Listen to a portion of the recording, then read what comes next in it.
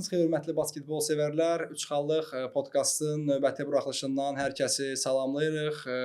Bu gün mən Əlinin yerində əyləşmişəm. Əli yoxdur, ayağından zədə alıb, ayağı sarğıdadır. Ona acil şəfalar diləyirik və tezliklə sağalmasını arzulayırıq.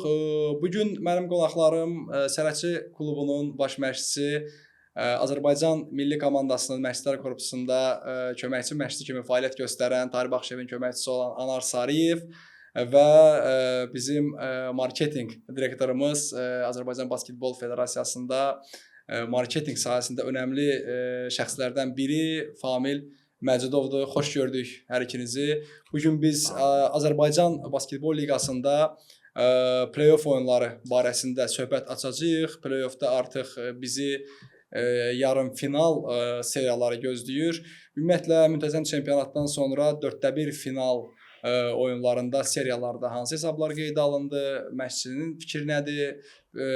Bu haqda bütün məlumatları sizə çatdıracağıq. İlk öncə Anar müəllimlə başlamaq istəyirəm söhbətə. Anar müəllimin komandası play-ində artıq belə deyək, play-offa vəsə qazana bilmədi, mübarizəni play-ində dayandırdı.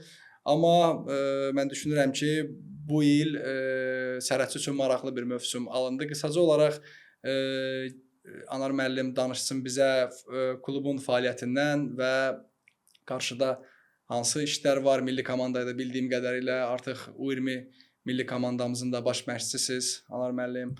Qısa bu haqda söhbət aparaq, çox az. Daha sonra artıq play-offlardan başlayaq söhbətimizə.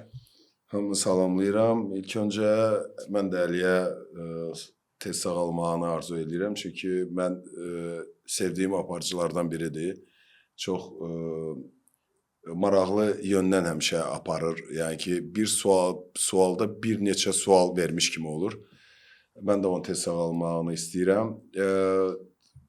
Komandaya gəldikdə Sərhədçi komandası siz bildiyiniz kimi bizdə ən cavan komanda idi bu il. Açığı elə cavan komanda olmağın, həm yerlilərin çox olmağını istəyirdim ki, biz daha çox şans verək bizim 17-18 yaşlı cavan oyunçularımıza. Xarici oyunçuları da elə cavan kadrlar yığmışdım komandaya ki, onlar da hardasa bizimkilər daha imkanı olsun ki, o xarici oyunçulara mübarizə aparsınlar.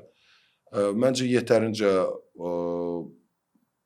bizim üçün yaxşı oldu bir tərəfdən ki, bizim Azərbaycanlı oyunçular daha çox vaxt aldılar.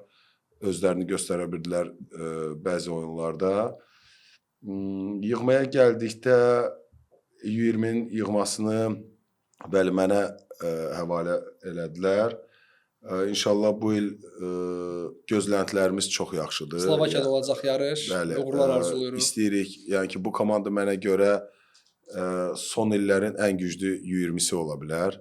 Həm onlarda 20-dən aşağı da 18-19 yaşında oyunçular da, yaxşı oyunçular var.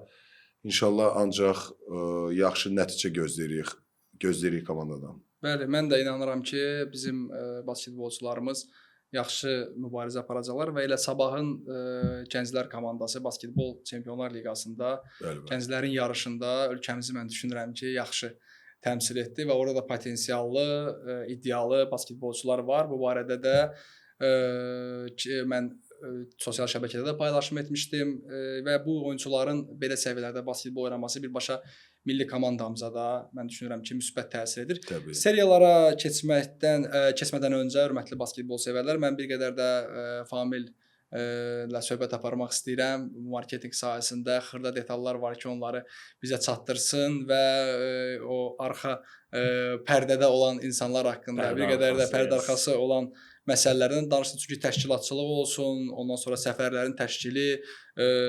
Məsələn, mən axırıncı oyunda gördüm, Ordu klubunun basketbolçusunda o reklam lövhələrində müəyyən problemlər yaranmışdı. Siz dərhal orada necə deyərlər, müdaxilə etdiniz. Ümumiyyətlə təşkilatçılıq ilk dəfədir biz sizi burada görürük. Üç xallıq podkastın qonaq kimi görürük. Həmişə pərdə arxasında fəaliyyət göstərmisiniz. Bir balaca da Famil bu haqda danışaq, məlumat verək bu basketbol sevərlərimizə. Əvvəla hər kəs salamlayıram, təşəkkür edirəm ki, bu verilişdə də bir dənə belə moment tapıb mən də artıq öz çıxışlarımdan istərdim ki, hər kəsə bəzi məlumatları çatdırım. İlk növbədə Əliyə şəfalar diləyirəm. Yəni o burada olsaydı biraz da daha da maraq qatardı və öz maraqlı sualları ilə, iki başlı sualları ilə mənə elə gəlir ki, maraqlı ajotaj yarada bilir. Təşkilatçılıqla bağlı olaraq belə bir şey deyərdim. Bu əslində bir komandanın işidir. Burada yəni tək nəfər heç bir şey deyəməm. Meral müəllimdən qəşəng sözü var. Anar bəy də onu mənə elə gəlir ki, təsdiqləyər. Deyir ki, 5 barmaq biri işləmirsə, bu 4-ü onun yerinə başlayır əvəz etməyə, işləməyə. Ona görə də tam effekt almaq olmur. Əlbəttə, bu komandadır. Həm necə basketbolda sən komanda olaraq 5 nəfər qaçır hücuma və qayıdır müdafiəyə, eyni cür bu pərdə arxasında da bu cür baş verir. Bəli. Sən tək burada heç nə eləyə bilməzsən. Sənin burada texniki heyətin var, masa, meydan hakimləri, məşqçilər, oyunçular, bu bir strukturdur. Tamı-tamına qurulmuş vəziyyətdə və bu axını tənzimləmək, axına lazım olan sürəti vermək mənə elə gəlir ki, hər kəs buna öz səyini, bacardığı gücü qoyur. Təbii ki, razıyam. Lətlərlə bağlı olaraqsa orada bir xırda nüanslar, oyunçulara buradan bir SMS göndərmək istəyərdim. Çünki oyunçular daim gəlir otururlar ledin üstünə. Bir dənə şunur var orada. Bəziləri əsəbini oradan çıxmağa çalışır. Qardaş, niyə nə məcburdur? Başva dönərəm. Eləmə də bu təpi vurmaq üçün deyil, üstünə oturmaq üçün deyil. Bu bir brand advertising placement. Bir yerdə hardakı bir sponsor orada yer verir və sənin hardasa bir gəlirin də sənin gəlir ora çıxır. Sən bunu qıracaqsansa sabahların bu bizə də bir geri dönüş başqa cür. Famil çox yaxşı toxundun. Elə ordunun adını çəkdik. Mən Anar müəllimlə bu haqqda danışacağam seriyanın oyunları haqqında, amma Gəncə Ordu, mən bilirəm ki, seriyanın 2-ci oyunda sən Gəncədə idin. Gəncədə baş vermiş hadisələr, ümumiyyətlə Gəncə səfəri çox çətin səfərlərdən biri sayılır Azərbaycan basketbolunda və orada o ab-hava haqqında ümumiyyətlə də nələr baş verdi? Maraqlıydı. Danışım. Biraz bu verilişdə bir balaca ajotajlar olacaq. Nəyə görə? Çünki lazımdır. Həqiqətən maraqlı bir şeylər baş verdi. Ümumiyyətcə Gəncə İdman kompleksi, təzə tikilmiş İdman sarayı gözəldir. Çox gözəldir. Bizə orada oyun keçirmək hədsiz də. Bir dənə xəttləri bəziləri o oyunçuları çaşbası salır. Gələcəkdə biz bunu düzəldəcəyik. Bu müzakirəsi gedir. Əlbəttə o momenti. Sərbəst, tam sərbəst danışa bilərsiniz. Deyirəm.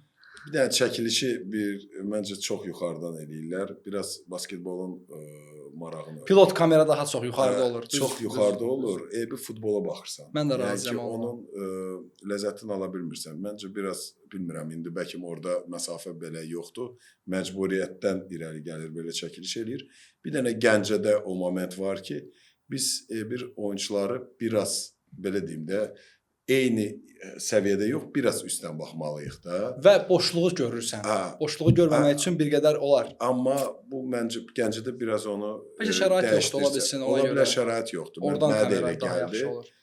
Amma mənə də kimlərlə danışırıq, hamı deyir ki, Gəncə İdman sarayı çox mükəmməldir. Standartlara cavab verir. Bəlkə də elə zal yoxdur.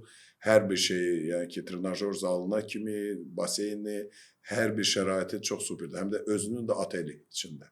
Bundan gözəl nə ola bilər ki? İstəyirsiniz Famil danışın biraz da. Mən Anar bəyin dediyinə orada texniki məsələlər. O maraqlı məsələləri mən bilmək istəyirəm. O maraqlı məsələlərə qayıdacağam. Bir dənə Anar bəyə deyim. Orada çəkiliş eləmək üçün 3 mərtəbəli bir balaca bir belə deyim də balkon kimi görmüşəm mən. Üzbəüz çəkiliş göstərəndə görürdüm ki, orada bir neçə mərtəbəlidir. Birinci mərtəbə tam texniki heyət üçün ayrılıb. İkinci mərtəbə media üçün, qonaqlar, bu kimi əlavə kimsə mühüm qonaqlar varsa onlar üçün ayrılıb. Üçüncü mərtəbədə çox hündür. Bəli, yer patologla tavanla yer arasında məsafə biraz hündürdür. Ona görə də biraz məcburən artıq üçüncü mərtəbədə çəkiliş eləyəndə gözəlliyini itirir də. Yəni ki, çox gözəl oyunlar oldu, amma bir balaca bir tam ala bilmirsən. Mən sizin mesajınızı basketbol havasını. Bu havasını ala. Famil bəy düzəldər onu gələn dəfə. Cəh bəylə müzakirə eləyərik bunu. Mənə elə gəlir ki, orada hansısa bir dəyişikliklər Sabahla səfər oyunundan yəqin ki, bəhs edirsiniz. Məhz bu oyunda çalışacağıq ki, hansısa bir dəyişiklik olsa, Anar bəy bunu xüsusi özü hiss eləsin ki, dedim eşitdilər, narahat olmayın. Oyun momentinə qayıtmaq istəyirəm. Oyunda bir dənə belə çox maraqlı biz belə deyim də, texniki heyət olaraq biz getmişdik ora, bütün hər bir şeyi qaydasına qoymağa. Mən özüm basketbolçu olduğumdan orada yaranan bütün belə deyim də oyun abu-havasını başa düşürəm və çox maraqlı bir dənə moment oldu. Halil Atlıya texniki foul verdilər. Yəni birincini benchə verdilər, ikincini disiplinaya görə Nemanja Vlahović təzə bizə gəlmiş Serbiyalı hakim technical foul verdi. Nəyə görə? Qayıtdı ki, onun disiplinası yoxdur. O şeydən nə deyirlər ona? Nizam intizamsızdır. Bəli, biraz aqressiv danışır, düzgün basketbola yaraşmayan şeylər deyir və ona görə technical foul verdi. Məşqçi məcbur ikinci technical foul aldığından meydançanı tərk etməli oldu. Bəli, benchdən və ümumiyyətcə zaldan tərk etməlidir. Basketbolun qaydalarına görə. Rizvan Səfərov gəldi əvəz etməyə. Mən Rizvan müəllimə çox böyük hörmətim var. Yəni uşaqlıqdan biz onu görürük. Xətrini də çox istəyirik. Rizvan müəllim çıxmışdı. Kommunikasiya bəzi problemləri var idi. Nə kimi? Yəni yenə də deyirəm, mən onun xətrini çox istəyirəm, amma biz bu tənqidi eləməliyik ki, o bilsin ki, bu kimi şeylərin üzərində işləmək lazımdır.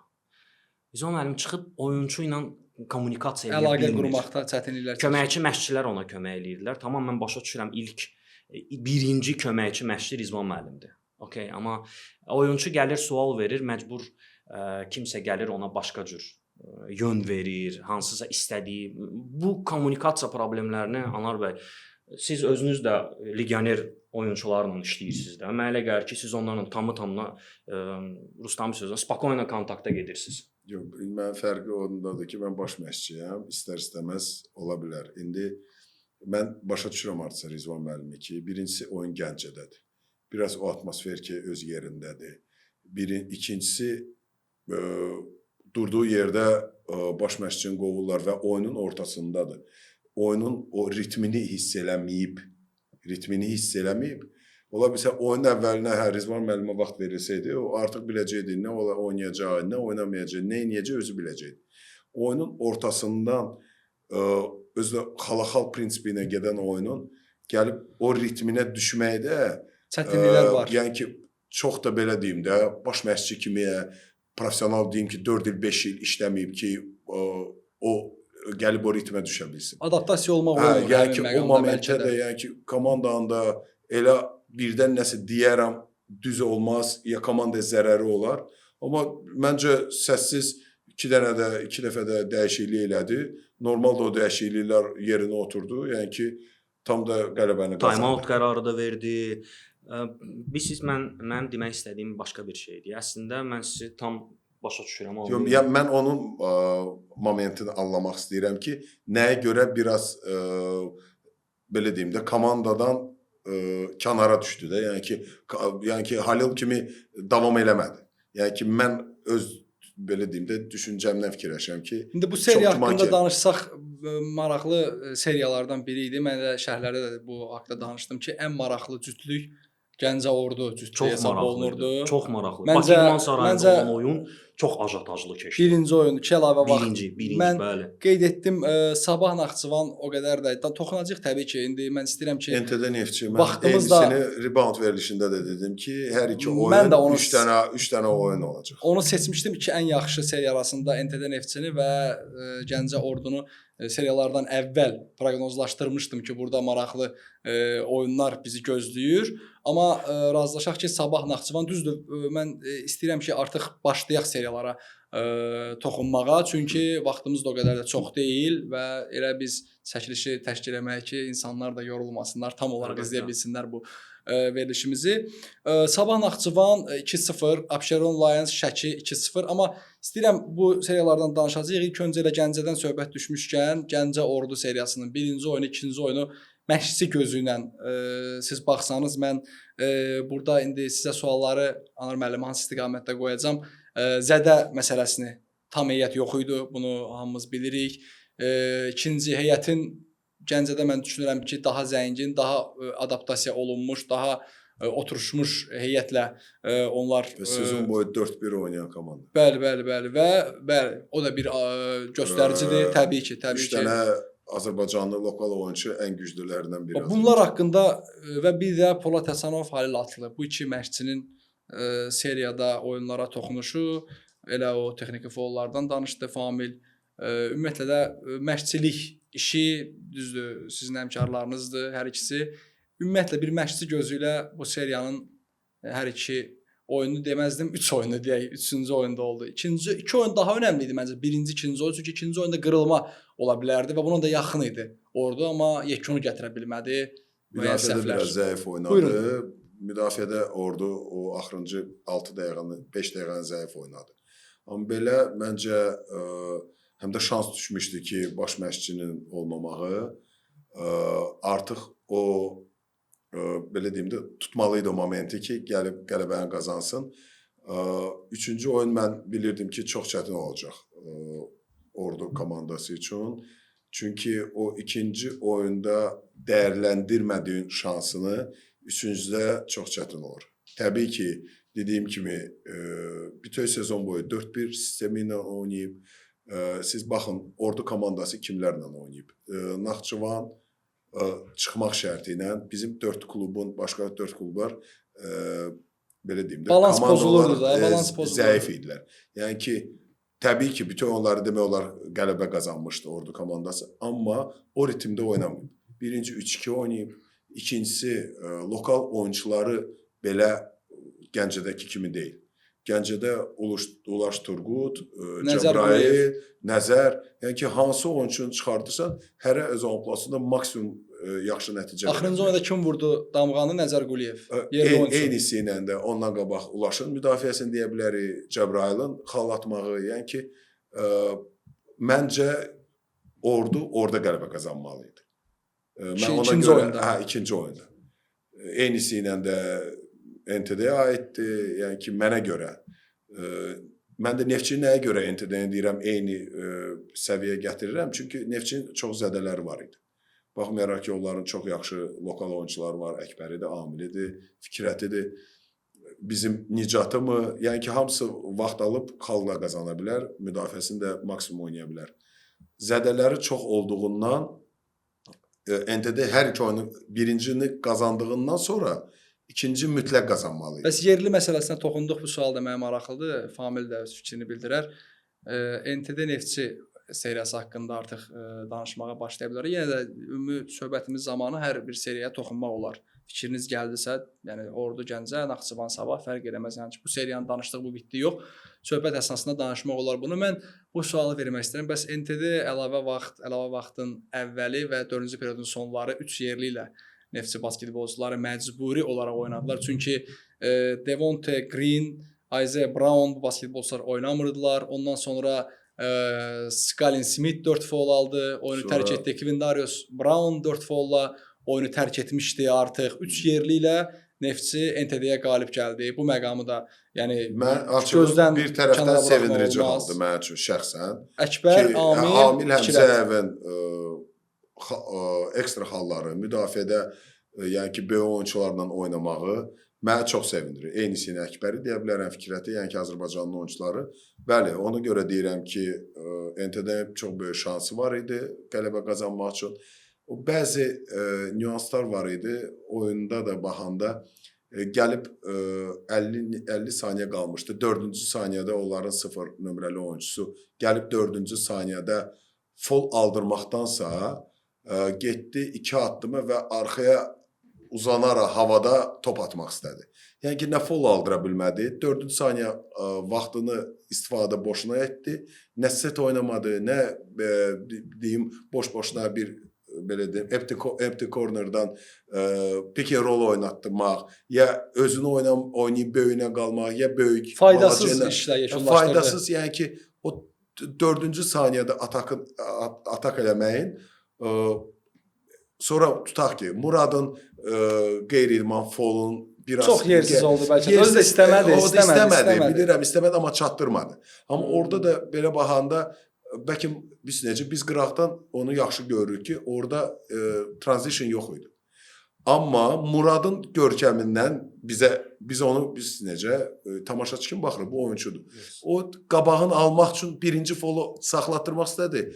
Artıq önündən belə deyim, çatdırmadı, böyürdən Sürətli zoom'un elədi. qarşısını kəsmək istəyir. Böyürdən də artıq hamı bilir ki, indi böyürdən və arxadan 99%. Topa yox oyunçuya. Hə, fərqi Həmlədir. yoxdur. Topa belə oynasan, böyürdən oynasan, yəni ki, artıq çatdırmırsan, o qeyri-idman faulu. Ehtimal azdır da topa toxunmağa. Hə, Və yəni sonuncu vəziyyətlə bağlı o sualı hər ikinizə ünvanlayıram. Cavab verin, o hücum faulu yoxsa müdafiə faulu? %100 hücum faulu. Edward Polite'ın Makkalla'ya, NTD-nin 7 nömrəli oyunçusuna. Bu oyunçunu siz fikir versəz, Bəs Famil desin. Eyni fikirdəyim. hücum Bakıya faulu. gəldikdən Bəli. o oyunçu sezonun ortasında gəldi də, səhv etmirəmsə. Polite? Yox, Makkalley. Bəli. Makkalla'ya Sezon mövsümün ortasında gəldi. Hə, Bəli, ortasında. bəli. Mən ona fikir verdim ki, o çox gözəl onu istifadə edir. O bacarır vaxtında hücum faulunu aldırmağa. Bəzi hallarda olurdu, flopu var idi. Mənim Təbii fikrimdə ki- də hücum fauludur. Hə, amma burada %100 mən onu telefonda yaxınlaşdırdım, yavaşladım, bir də baxdım. Yəni ki, orada 12 saniyə qalmış hakimin heç düzgün değildi. Fərqi yoxdur orada Tahir Baxşevdiyanı ya bu Azərbaycanlı hakimdir. Fərqi yoxdur. Əcnəbidir, fərq etməz. Heç mi mən onu indi götürmürəm ki, yəni ki bizimkilərə biraz heç nə olmamalıdır. Lap xarici mən həmişə istəmişəm ki, qol xarici hakimlər olsun, bizimkilərə heç olmasın ki, mən onu bilməsinlər ki, bu Azərbaycanlıdır, kömək elədi və yaxud eləmədi. Amma o momenti %100 hücum fauludur. Yəni ki, belə gördükdə də mən gördüm. Dedim, bəlkə mən ayaqlarını sabitlədi ayaqlarını, bəlkə, sabitlədi. Çünki mən tərəfdən baxdıqda oyunçu da var idi arada, amma mən gördüm ki, o ayaqlarını sabitləyib aldı. Yəni ki, Urfanın %100 səhvdir orada o momentdə. Çünki Ələkbərdən İki əcnəbi bir yerli hakim idi həmin görüşdə. Oyundan sonra Ələkbərdən də soruşduq bir hakim kimi fikri. O da eyni sözü dedi ki, hücum fauludur. Oyunu sındırdı belə deyim. Son anda məğlubiyyətə gətirdi. Nəticə artıq dəyişmir. Yəni ki, Bəli. bu problem ömür boyu bütün idmanlarda olacaq. Olacaq hakim məsələsi. Yəni Bəs bir də mən bu sual ünvanlayım, çünki sürətləndirmək istəyirəm ki, o biri seriyalar haqqında danışaq. Bu Famil başlasın elə bu suala cavab verməkdə. Green, Devonte Green. Bu basketbolçular ümumiyyətlə belə xarakterli oyunçular çoxdur. Mən şərhlərdə də dedim, oyunun təbii ki, bizi izləyənlər bilir, şərhlərdə də mən iştirak edirəm. İdman TV efirində oyunlar yayımlanır elə Azərbaycan Basketbol Federasiyasının rəsmi YouTube kanalından da. Sanki çamadan hazırdır, gözləyirlər ki, çempionat bitsin, yekun fit səslənsin. Bəlkə də Green inandırım ki, ürəyindən keçirdi bu ki, komanda məğlub olsun. Yəni oyunda mən qaçım gedim Çinə və yaxud da hansısa Şimali Amerika, Cənubi Amerika fərq etməz. Orada müəyyən liqalar var ki, davam edirlər də bu illərdə. Avstraliyada hətta belə bir maraqlı hadisə olmuşdu Anar müəllim. NTD-nin oyunçusu onların klub mətbuat xidməti mənə bu xəbəri verdi ki, ki Avstraliyada bir klubla müqavilə bağlayıb öz ölkəsində. Onlarda çempionat fərqli o şimal yarımkürəsi, cənub yarımkürəsi bu ayrılığa görə fərqli vaxtlarda başlayır. Bu haqqda başda sən bax bu Famil oyunçularla bağlı bunlar nə düşünürlər, nə fikirləşirlər? Niyə oynamır 31 xal atıb NTD-yə 2-ci oyunda bu adam, 3-cü oyun oynamır, zədəm var. Çox özünü yuxarıdan aşağı baxır bəzi oyunçulara. Amma Polite haqqında üzr istəyirəm, danışarsan, Polite haqqında qətiyyən bu sözləri demək olmaz. Əsl əskər mənim çox sevdiyim tipli oyunçulardandır. Sadəcə necə deyim, dəbilqəsi ilə belində silaha çatmır. Buyur. Mən 3 nüansı qeyd eləmək istəyirəm. İlk nüans bayaqki suala cavab vermədim yerlilərlə bağlı olaraq. Bax mən yerlilərdə Tahir Baxşıyevin Murada verdiyi o etimad çox xoşuma gəlir. Bravo. Yəni 100%. mən çox xoşum gəlir. Həm Murad çalışır ki, belə deyim də, özünü doğrultsun. Və tənqidləri qəbul edən oyunçudur. O tərəfdən bilmirəm. Edir, sən mən daha yaxşı bilirəm, bilərsən bəli, bunu, edir, sən edir. esperandı. Amma mən oyunçu olaraqdan onun meydanda çıxıb, yəni konkret olaraq işini görməsinə xoşum gəlir o oyunçunun. Həm də İşindən də əlavə canını verir. canını verir. Həm müdafiədə, həm effort hücumda, var. hər yerdə. Adam işləyir, adam meydançada Uşaqlıqdan dayanmır. ümumiyyətlə Əziyyət uşaq çəkir, belə idi. əziyyət çəkir, döyüşkən oyunçudur. Gəncə seriyası ilə bir dənə şərh bildirim. Nazar Quliyev biraz az vaxt alır. Naxçıvanda keçən mövsüm Naxçıvanda daha çox vaxt alırdı və daha produktiv oyunçu idi. Bu il Gəncədə o qədər də belə vaxt almır. Ona görə də bəlkə kifayət qədər produktiv oyun göstərir. Sərgiləmir. Yəni vaxtı azdır, çalışır maksimum uzaq dursun. Niyə görə? 2 dənə fol olan kimi Halil Atlı otusturur onu sırası. Amma 3-cü oyuna daha çox vaxt verdi. Yes, bu oyunda daha çox mənə X gəlir. faktor oldu, uddu. Amma bundan qabaqki seriyalarda baxırsan ki, 2 dənə fol olan kimi otustururdu.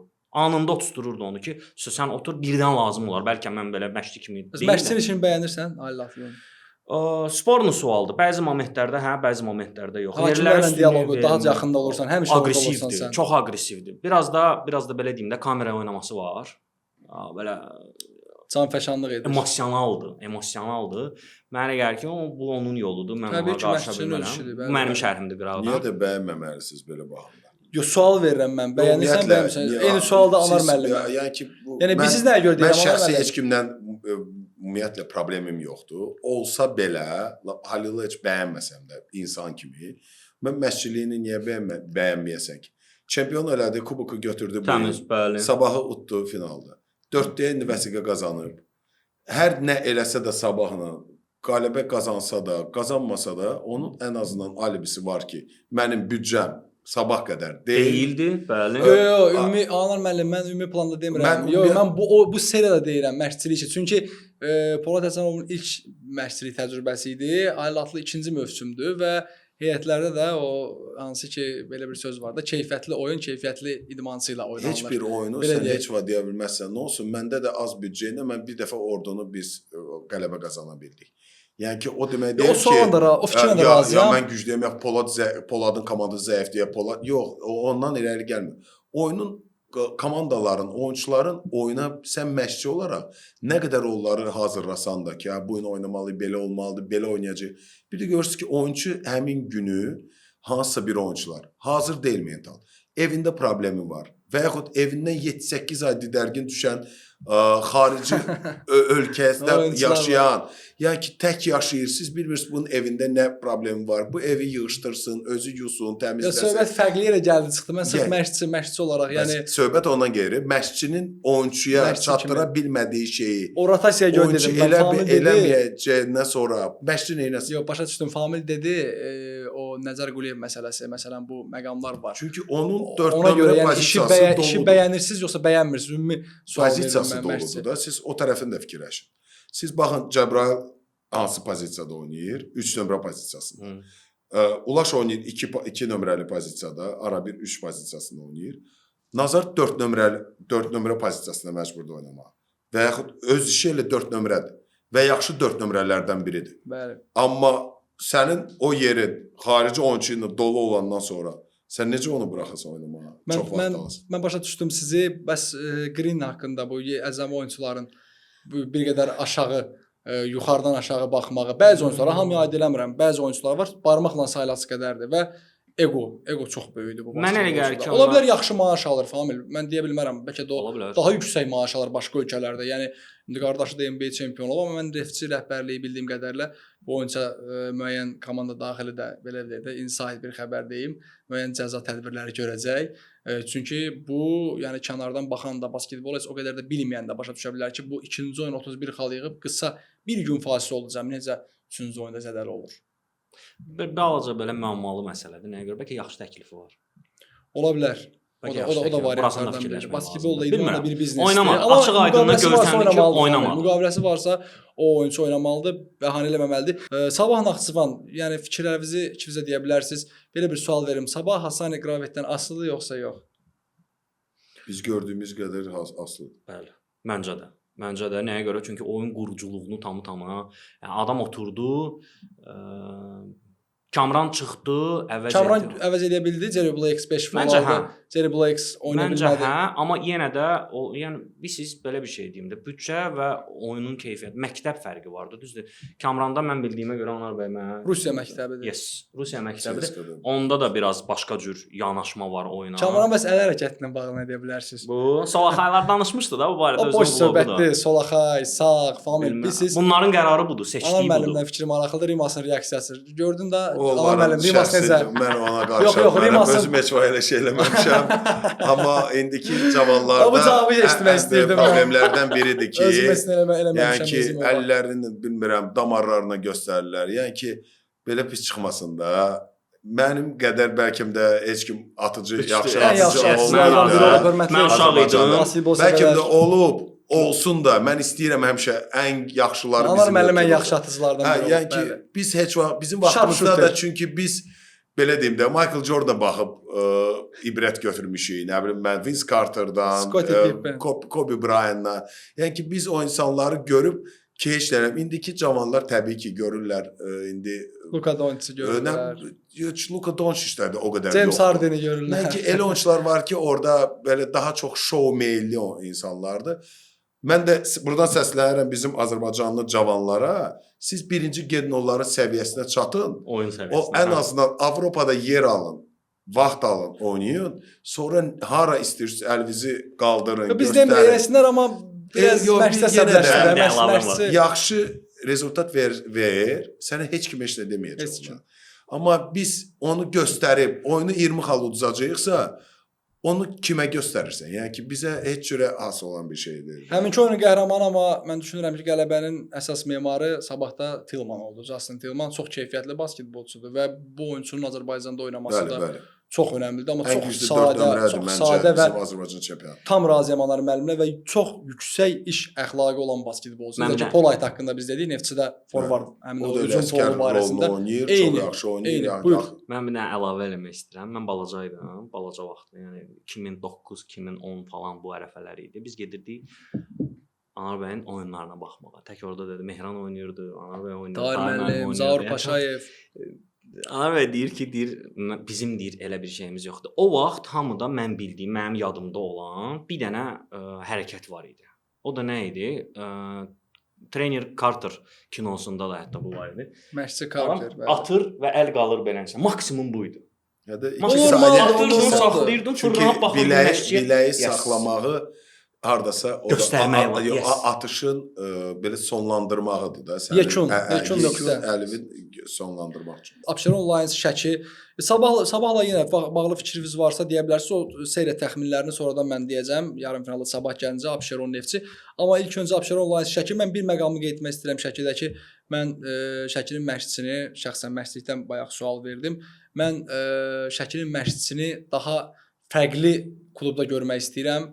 Məncə Bedri Meriç hansı Gəncədə işə başlamışdı. Çox maraqlıdır. Çox olduqca maraqlıdır. İndi Anar müəllim cavab deyərsiniz. Famil sən də çempionatı izləyirdin həmin dövrdə də 2022-23, 23-24 artıq bu ərəfələrdə yavaş-yavaş səviyyə artırdı Azərbaycan basketbol liqasında, amma səviyyə artdıqca Bedri Meriçin komandadan göndərilməsi və onun yerinə Halil Atlı'nın komandaya gətirilməsi, bilmirəm necə bu məsələ reallaşdı. Mən düşünürəm ki, mənim şəxsi fikrimdir. Mən Bedri Meriçi daha üstün məşqçi sayıram Halil Atlı ilə müqayisədə və Bedri Meriçin gördüyü işlər doğrudan da önəmli işlər görüb Abşeronu kubokdan kənarlaşdırdı. Elə məncə artıq o CV bu mövsüm üçün elə oyunda belə deyək hazırlandı, yekunlaşdırıldı. Çünki Şəkinin büdcəsi bəllidir.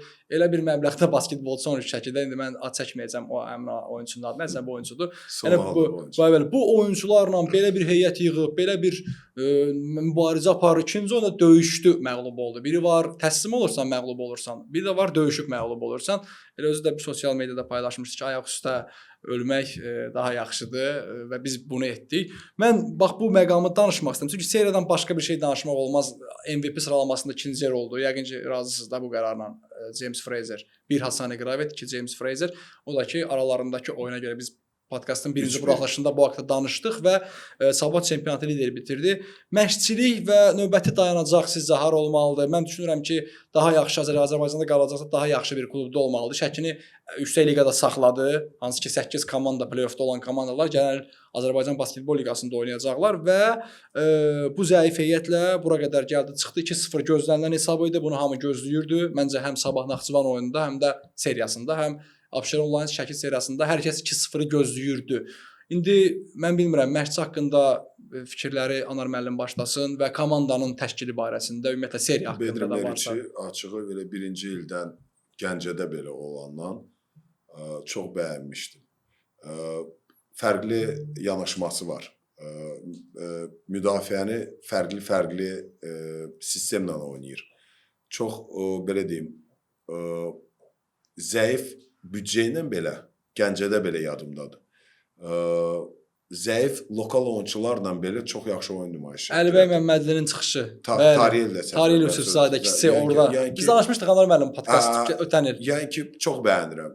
Şəkidə bu il mən özüm də bir oyun onlarla oynamışam. Kubokda onlarla düşmüşdük.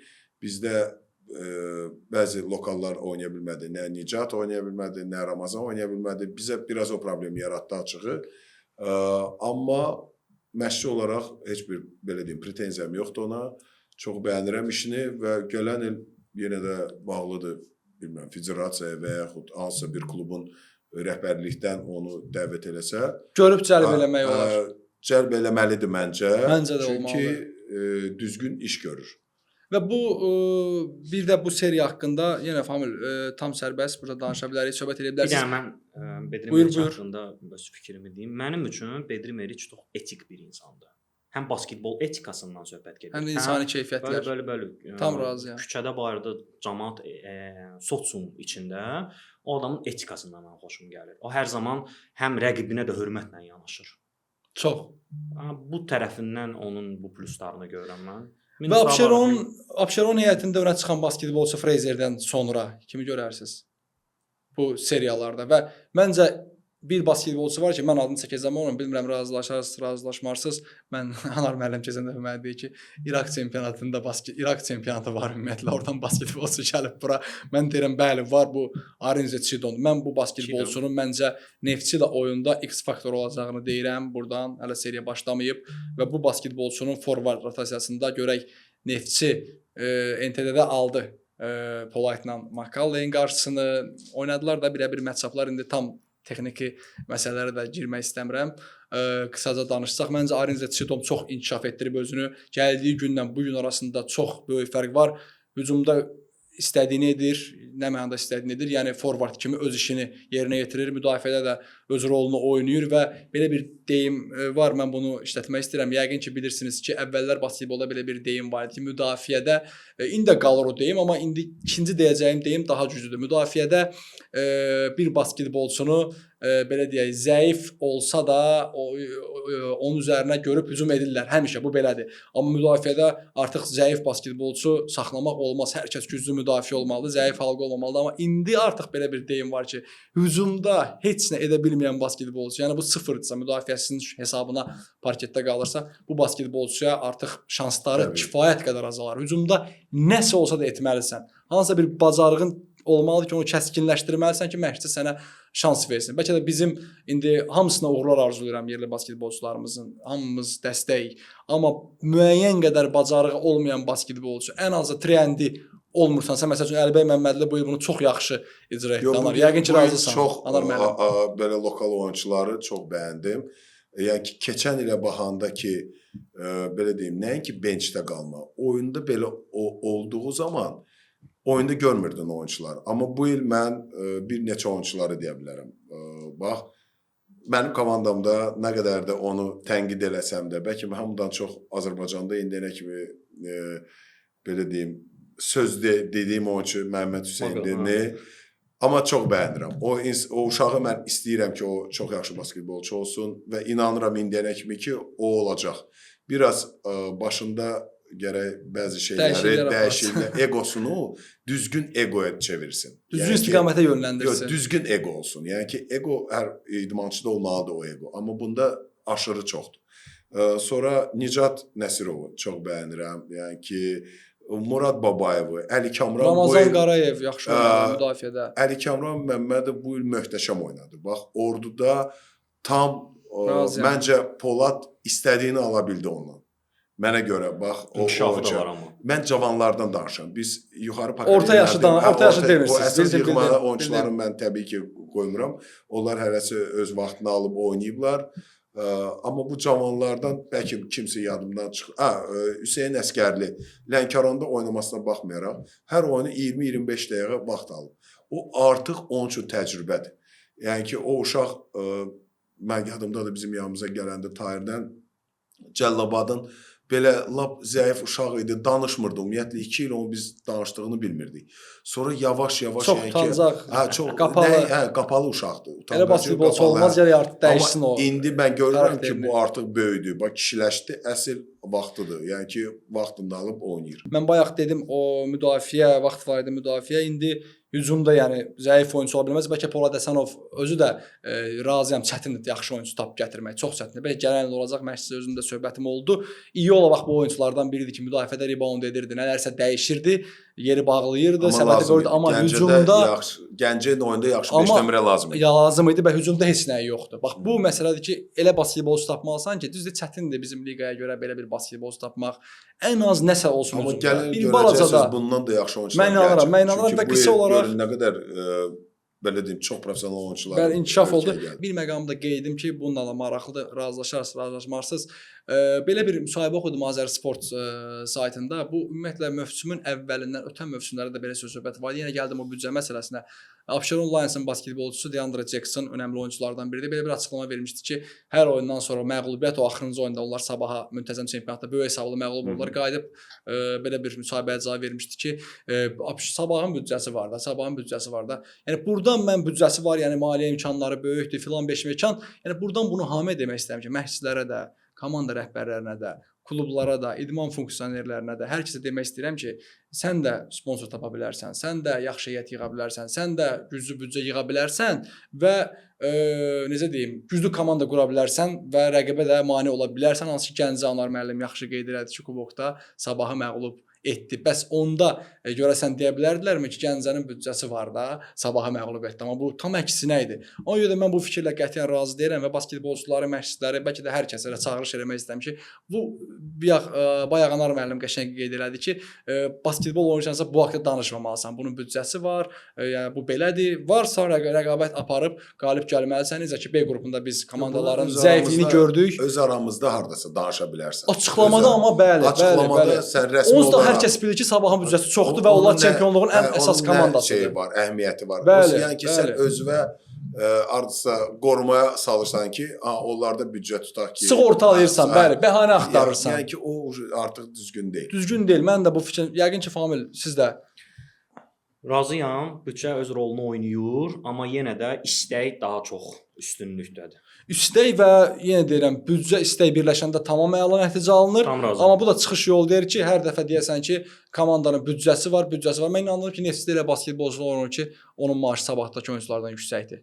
Mən bunu tam əminlə deyirəm. Yəni belə Green birim bunlardan biridir. Çox yüksək büdcəli basket, yəni büdcəli biz həmişə aşağı deyirik. Yəni ya çünki özünə professional yanaşır. Professional yanaşır, amma müqaviləsi də varsa oynamalıdır. Mən bu məqamı deyirəm. Müqavilən varsa sən oynamalısan. Yox, zədəsi hardasa hiss edirsə, tam gücü ilə verə bilər. Onda seriyanı oynamamalı idi. Mən onu demək istədim. Biz FC ilə ümumiyyətlə seriyanı oynamamalı idi, amma ikinci oyunda ola bilər. Orada daxildə nəsə var idi. Bəlkə də. Nəsə var idi, ona görə oynamadı. Amma Freyzerə baxın görürsüz, hər kəs başqa söz edir. Freyzer yox olmayandan sonra niyə oynadı? Freyzer dominant basketbol oynadı. Hər kəs başqa bir şey deyirdi. Yenə də Sabah Gəncə, Abşeron, Neftçi hər ikinizin seriyada fikirləri önəmlidir. Yəni seriya hesab deyin. Birinci oyun aprelin 22-sində olacaq. Sabah Gəncə İdman TV-də yayımlanacaq bu görüş. Mən Sabah Gəncə oyunu şərhində deyiləm hələ ki. İndi bilmirəm dəyişiklik olacaq yoxsa yox, amma Neftçi Abşeron hər iki oyunda şərhində olacağam. Aprelin 23-ü Abşeron Lions Neftçi birinci oyun, aprelin 26-sı Neftçi Abşeron Lions cavab oyunu. Əgər seriya 1-1 olarsa 3-cü oyun olacaq. Ən tez qələbə qazanmış 2 komanda finala vəsiqə qazanacaq. Finalda ən tez 3 qələbə qazanmış komanda Azərbaycan çempionu olacaq 2025-26 mövsümündə. Sabah Gəncə cavab oyunu 25 aprel. Sən dedin arenada, yəqin ki, yenə orada bir maraqlı hadisələr olacaq. Çəkiliş barəsində yəqin dəyişiklik olar. Anar müəllim də bunu qeyd elədi. 25 apreldə olacaq cavab oyunu. Qısa Anar müəllim, Sabah Gəncə seriyada hesab. Sabah Gəncə sürprizlər olmasa 2-0 olmalıdır məncə. Çünki Sabah ən azından kubokun hirsini ələm soyutmayıb içində. Acığını çıxmağa çalışacaq. Nəinki acığını, yəni ki, öz dominantlığın sübut eləyəcək və məncə heç maksimal dərəcədə nə qədər xal fərqi olacaq, onu eləyəcək. Məncə azartaj 1-1 olacaq, sonra 2-1 aparacaq Sabah. Gəncənin qələbəsini görürsünüz siz. Gəncə evində udacaq. 1-1 sonra 2-1. 1-1 sonra 2-1. Mən deyirəm 2-0. Sabah rahat qələbə qazanacaq, çətinlik çəkməyəcək. Yaxın hesab olmayacaq mən deyirəm. Baxaq. Mən belə deyirəm. Yaxın hesab olmayacaq 2-0. Gəncənin auditoriyası, Gəncənin zalında, Gəncənin üstünlüyü gəlsin deyə yazar keçdilər. Dəvət edirik hər kəsi, Gəncəlilər gəlsinlər. Şəhərlərdə mənə yazırlar, Gəncəlilər gəlsinlər, izləsinlər. Abşeron Lions Neftçi. Neftçinin çox zədələri var. Əgər tam Oyunçunun oynayıb oynamamağına görə deyirsiniz. Yox, zədələri də çoxdur. Brown fakt zədəlidir. 7 nömrə ən yaxşı. Ya da seriyanı buna görə hesabını deyirsiniz. Yəni kim oynasa, oynamasa. Əgər zədəli formada belə deyim də olsalar, məncə Abşeron çox keyfiyyətli basketbol oynayır. Abşeron üstə eləyəcək. Nə qədər hesabı necə olacaq? 2-0 olacaq. Əgər necə var elə qalıbsa. Əgər tam heyətlə çıxsa, çox maraqlı basketbol izləyəcək. Orada da 2-1 olacağını, amma yenə də Erhan hocanın belə deyim, hocalığına buraxıram ki, o məncə biraz daha təcrübəlidir Davidə görə. David də çox bəyənirəm yeri gəlmişkən. Həm insan kimi, həm məşqçi kimi. Mən də. Məncə Abşeron finala elə hamımız bildiyimiz, eşitdiyimiz, fikirləşdiyimiz kimi Abşeron sabah final. Razıyam. Fikirlərlə razıyam, tam. Neftçi Abşeron oyununda mənə elə gəlir ki, Fraser biraz şov göstərəcək. Green də deyib ki, mən Fraserə görə onların prinsipi var. Mənə görə maraqlı oyun olacaq o da. Tam heyətlə oynasa, hər iki komanda, Abşeronda heyət tamdır. Neftçi tam olsa, mən düşünürəm ki, seriya 1-0, 1-1 fərq eləməzdə birinci oyunu hansı komanda qələbə qazanacaq. 1-1 olacaq, ondan sonra 3-cü oyunda Abşeron seriyanı bağlayacaq. Əgər mən edirəm, Green əgər prinsipiallığı dərk eləsə, özü ağırlığını qoysa, Neftçi də 2-1 qazana bilər. Bu məqamı da qeyd edir. Əgər mən edirəm, insanın... Mənə görə amilə daha çox vaxt verilməlidir. Amilə vaxt verilməlidir. Çünki bu 1-1 seriyasında siz gördünüz, Amil çıxdı, qısa bir vaxt 17 xal vurdu, neçə rebound. İkinci oyunda X faktor oldu. Mən şərh edirdim oyunu, bəli. Onda 20 xal fərq oldu, elə 17-sini onun Amil atdı. Yəni ki, çox da sərbəst, rahat öz oyunu, öz ritmini hiss eləyən, bilən oyuncudur. Çünki mənə elə gəlir, o ilk beşlikdə belə çıxan oyunculardan biridir. Belə, maraqlı söhbətimiz alındı. Təşəkkür edirəm gəldiyiniz, iştirak etdiyiniz üçün həm Anar müəllim sizə, həm Famil bəy, Famil qardaşım, mənim dostum. Belə bunu da qeyd eləmək olar. Biz bir yerdə işləyirik. Təbii ki, bütün bu məsələləri bir yerdə görürük. Anar müəllim də bütün oyunlara gəlir, izləyir. Yəni məşqçi kimi öz fikirlərini söylədi. Belə hörmətli basketbol sevərlər, 3 xallıq podkastın növbəti buraxılışı yekunlaşdı. Rəy bölməsinə siz də öz fikirlərinizi yaza bilərsiniz. Azərbaycan Basketbol Federasiyasının rəsmi YouTube kanalında yayımlanacaq bu buraxılışımız. Növbəti buraxılışda görüşmək ümidi ilə özünüzə yaxşı baxın, basketbolu izləyin, basketbolu sevin və daim basketboldan zövq alın. Hələlik.